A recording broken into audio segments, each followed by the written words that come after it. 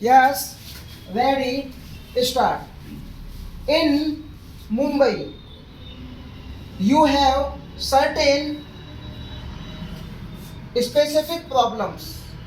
I refer to one problem which is mentioned to me by every single foreign tourist who come to Mumbai. This is the entrance to the city.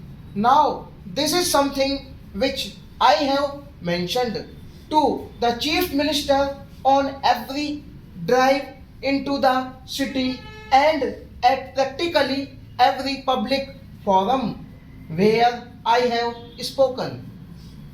And I think this is a matter which the citizens of Mumbai should take up on a large scale, whether it is the women's organizations, whether it is the business community or anybody else. I think that if everybody acts together, it can be tackled. It is not a very large area, and I do not think that finances alone stand in the way. It is not only the image of Mumbai which is suffering, but Mumbai being one of the important gateways to India, it is the image of India which suffers thereby. You have, Mr. President, mentioned in your address the present policy of the government, which is to encourage new entrepreneurship and talent. But what have businessmen done to identify and promote such talent of which there is no dearth in the country? The bigger business and industrial establishments, by trying to foreclose profitable lines of business and sometimes by seeking to produce everything under the same roof or in allied establishments, succeed in keeping out new talent from entering the business field. Associations such as yours and other chambers of commerce should draw up concrete scheme to foster new entrepreneurship and talent.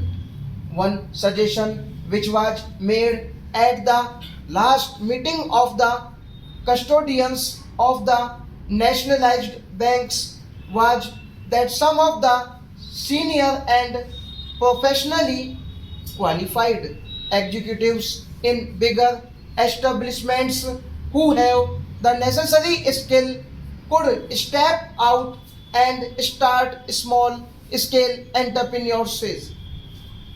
enterprises to provide employment to young engineers and other social personnel.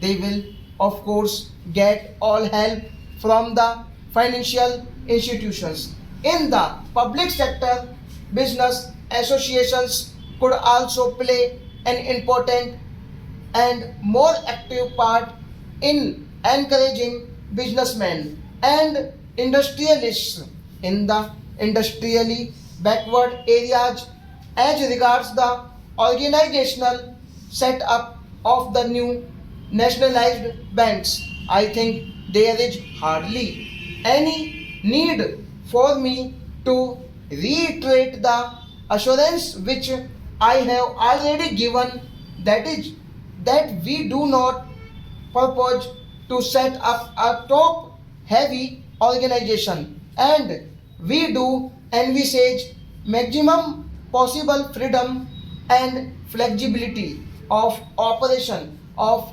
individual banks consistent only with certain broad social objectives, and that the functioning will be completely installed from extraneous political influences. But we do envisage that the banks should function as an active instrument for the furtherance of the economic and social objectives. Stop.